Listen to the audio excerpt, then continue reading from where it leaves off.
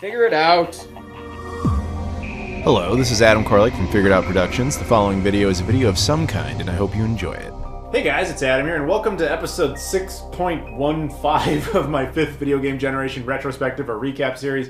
Reason for the odd number is, obviously this video was done retroactively. I did not actually own the PC-FX at the time I did the series originally, so I'm kind of having to inject it.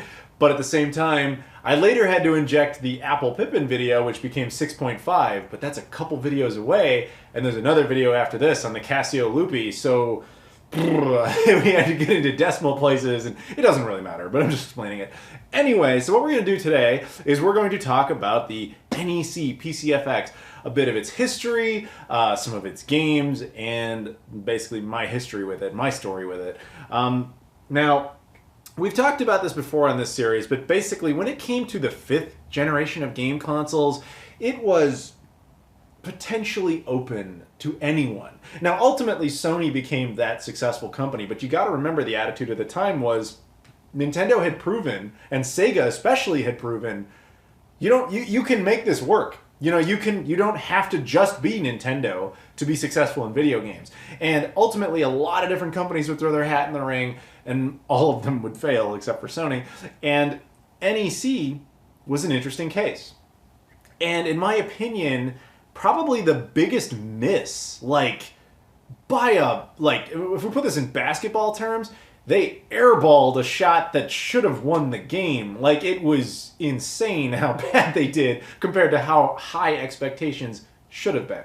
So, in order to understand that, we got to understand the beginning of why they even got involved in that generation. Now, to a lot of us, the 4th video game generation was defined by the Super Nintendo versus the Sega Genesis. It was this big battle between the two. That's how it was for North America. That's how it was for Europe.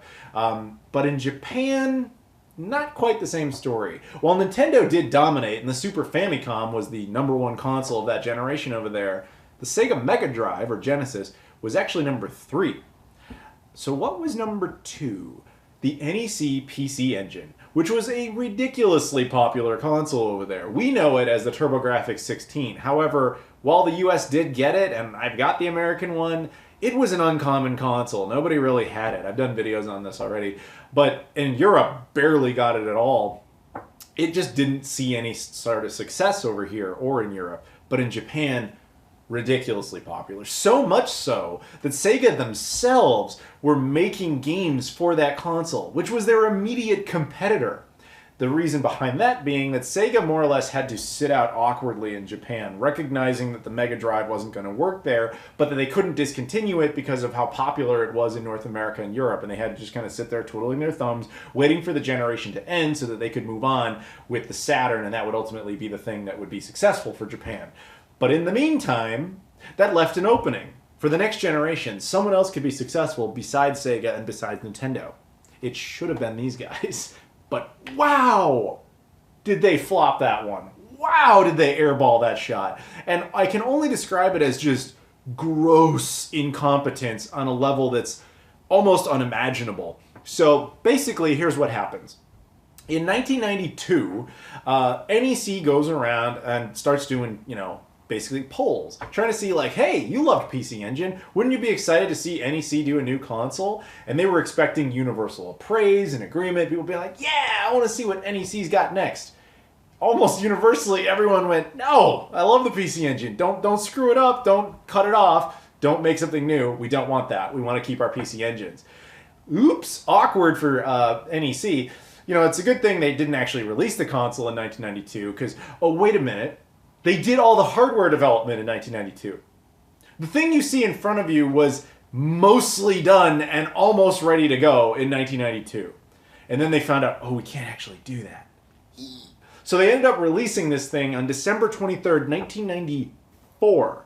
Now, by then, timing was fine. The problem was hardware. You're talking about hardware they pretty much had changed nothing of in 2 years. That's a big amount of time in a video game console, especially at that point in time where everything was just kind of doubling and doubling and doubling. So this thing was super anemic by the time it actually released, which was a terrible idea. So that's definitely strike number 1 against this thing possibly ever being a success. After that, they also made a few other strange choices. When they were developing it, they looked at it and went, well, early polygons, all that stuff looks kind of gross. We don't want that. This thing is completely incapable of rendering 3D polygons. Meaning you could never have anything close to something like Super Mario 64. They more or less took the Sega Saturn approach, but at least Sega went at it and looked. They thought with the Saturn, hey, 2D is still the future, but we're going to have like 3D elements and stuff, and so if somebody really wants to, they can do 3D programming, but who cares? Only to find out like, oh, that's going to define the generation. My bad. But at least with the Saturn, it was possible. With this, it was not. They didn't put it in there. Really bad idea. So what did they do right? Well, very little. But one of the things they thought they could do is, as far as the aesthetic, they called it the PC-FX in spiritual succession, of course, to the PC Engine. But also, they literally made it look like a PC, which was becoming a very popular thing at the time. And I think they thought they could capitalize on that to an extent. It ended up just making the console really big and bulky. Now, there was a reason for this. There was a logic to it. In the back, there's actually an expansion port back here. There's a little door on there. And there's a port there that would allow you to add certain types of upgrades. However, very few of these upgrades ever came into existence and largely didn't do a whole lot to really improve the gaming experience, which was a total fail, really. Like, there were some things, but not much. In the win some, lose some category, they were stupid enough to use a hardwired power supply, which I truly don't understand if the idea was to upgrade the console and to be able to swap parts out, because PCs do that pretty standard even then. So that was dumb. Even on a console in general, that's a dumb idea. But on the plus side, the CD drives on these things are actually surprisingly reliable. Like, I had never had any issues with mine. And apparently that's not a big deal, unlike, say, the CD-ROM for the PC Engine, which was notorious for constantly failing.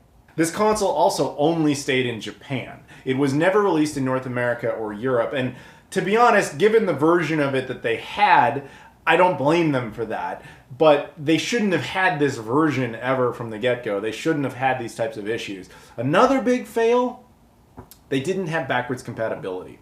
You know, you actually accidentally succeeded with the PC Engine in Japan. You crushed it. You made an amazing game console that people loved. And even though it didn't catch fire over here, people who've played it now realize how amazing it actually was. If this thing had had native PC Engine HuCard support as well as Super CD support, like, that would have been amazing to transition an audience over. Nope, didn't do any of that. That was stupid. But the other thing they did was they went, okay, so by the time this thing's out, they recognized that maybe it was possibly, debatably, maybe a bit of a mistake to have not included polygon support. But what did they have? Well, from a video playback standpoint, this thing was incredible at playing FMVs. Like, it was easily the best of any console on the market that could do that. It played FMVs beautifully with high bit rates, good color, etc. So they did stupid shit. They decided, okay, we'll mandate that basically every game has to be an FMV game. You know, those games that nobody likes. They decided that's their strength. That's made actually worse by the fact that Hudson Soft, you know, the guys who were making some of the most successful franchises they had, like Bonk and all those, they decided that those guys, they mandated to them specifically, you're not allowed to release games that don't have FMV sequences. We need FMV games. They took their most talented dev teams with their most valuable IPs and said, no, no, no, none of that. FMV garbage. We want that. Give us the FMV garbage. It hurts. It actually hurts to go back and think about this. And so ultimately, that's really all you had. This thing was actually on the market for 4 years somehow. It was around from, like I said, from late 94 until 98. Then it was discontinued. In that time, it only sold a pitiful 400,000 units, which is obviously about 100,000 units a year, which, I mean, the PlayStation would sell that like every month. You know, like, that was not an impressive amount. Yeah, and it kills me because, like I said, I'm glad that Sega ultimately won out, but really, if anybody had an obvious door to take the Japanese market away from Sega, it was NEC. and they really screwed the pooch on that. So you can look here. We got a controller. The controller itself is actually not bad. It's actually perfectly serviceable. It would probably be better if there were actual games to play on it, or if it was backwards compatible, as mentioned before. This would probably be like the best way to play PC Engine games, possibly, at least for a phase.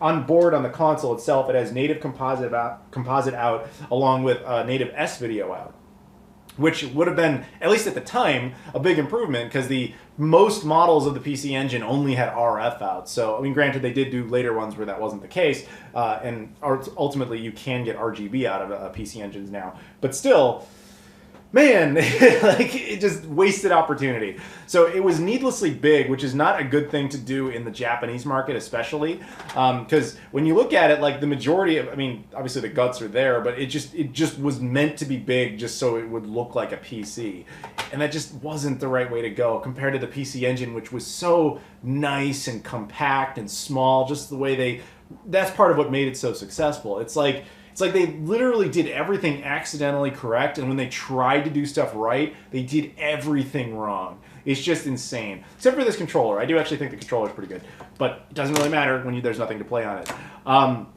So when it does come to the games, what have I got? I do have a few. Something rather special. Doesn't matter. They're all FMV garbage. This is one of the few that I have that isn't. This is a game called Boundary Gate, which is like kind of a dungeon crawler style, like RPG-ish. It's not really playable to me because I don't speak Japanese, but at least it's like you do something beyond just watch cutscenes.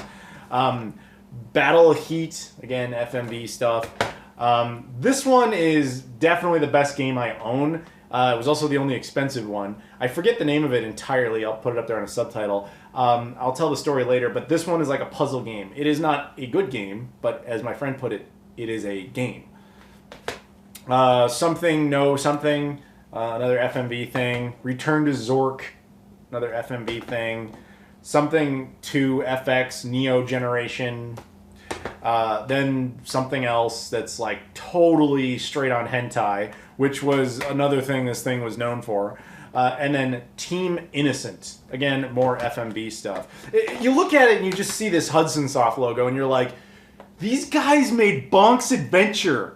And they made some of the most valuable games you had, and you forced them not to do any of that in exchange for FMV garbage.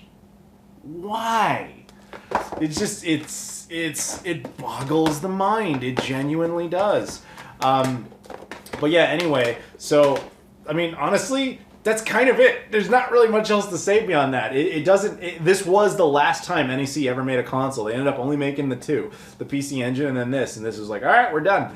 And you can't blame them for stopping, because after they killed all the momentum they had with the PC Engine and just went like the exact opposite route of what they should have done.